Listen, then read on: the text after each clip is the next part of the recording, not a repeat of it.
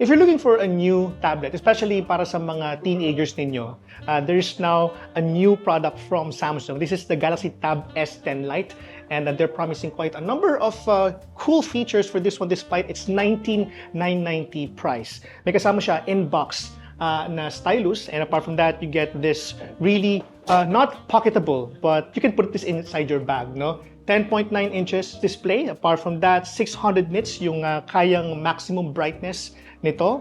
And it is running or powered by Exynos 1380 chipset. So, kung gusto niyang gamitin to for playing games maybe or for editing videos, kayang-kaya with this chipset by Exynos.